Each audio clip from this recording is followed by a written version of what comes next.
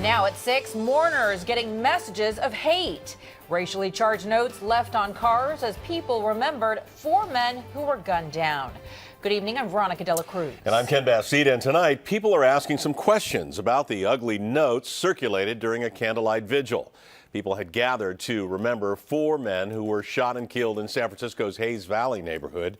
The 4 were sitting in a stolen car and killed in a barrage of gunfire. Police say it was likely gang-related.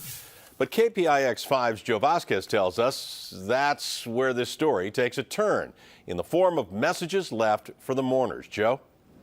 And Ken, the messages use the word criminals to describe the 4 victims who happen to be African American.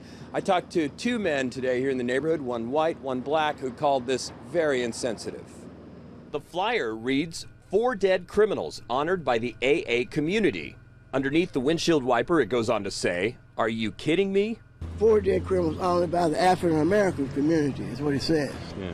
It's either somebody's awful racist or their opinion of blacks is really low, because everybody gets shot is not a criminal. From what I've heard from the parents and relatives of the ones that was killed, they was pretty good kids. I don't know, but how they got mixed up in a stolen car and guns in the car and all that, I don't know nothing about that. Nobody has claimed responsibility for the message. Most people saw it on their windshield, wadded it up, and threw it away. But here in Hayes Valley, where gentrification has brought multi-million-dollar home renovations, but also has marginalized a historic black community, some see the flyer as an example of the new tensions. I mean, that's absolutely awful.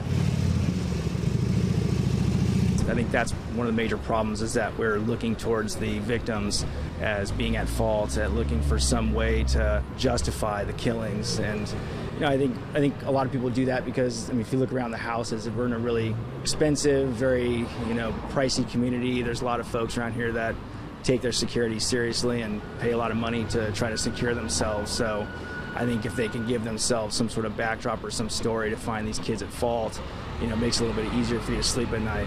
But nothing, when you wake up and you think about what happened and you think about the lives that were lost and the families that were touched, it doesn't last. That false sense of security, the issue is that we're all affected. We all have to be a part of the solution.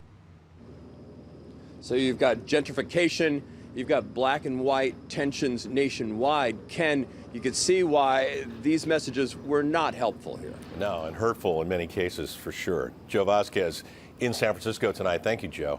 Well, so far, police have made no arrests in those murders.